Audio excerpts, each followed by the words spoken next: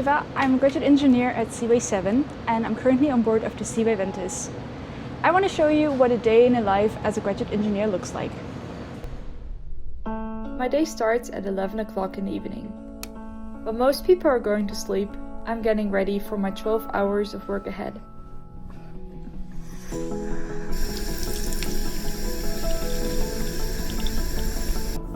After putting on my safety gear, I head out on deck to get started.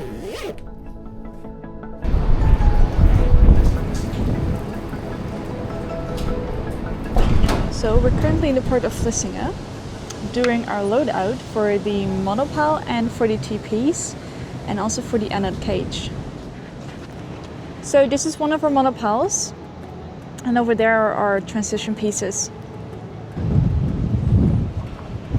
So just as a reference, this is how big they really are. And this is how big a monopile is.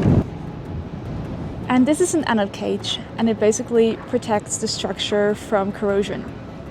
To do the loadout, we need to be jacked up, which basically means that the vessel is above the water. And this is the case right now, so we're ready to do the loadout. We start by lifting the monopile from the quayside with our crane. This monopile weighs about 1,300 tons and stretches around 74 meters, and we carefully place it on deck in a cradle. Next, we lift the transition piece onto the deck. Everyone needs to be extremely careful, both in the crane and on deck, making sure not to hit any of the monopiles or the other equipment.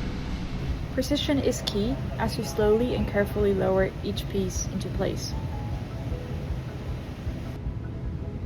Finally, we handle the anode cages, safely placing them on deck and securing everything for transit.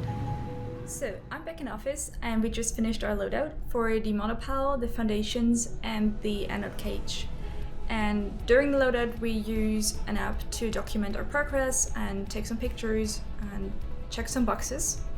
And these documents I'm about to upload to our SharePoint.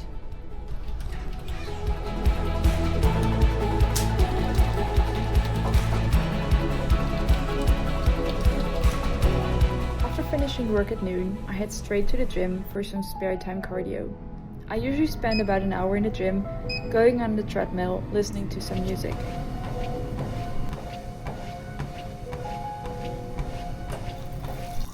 Once I'm done, I fill up my water bottle and head to the canteen for dinner. And today, I treated myself to dessert. After dinner, I go back to my cabin to wind down and relax. And I'm in bed by around 3 in the afternoon, ready to rest before the next night shift.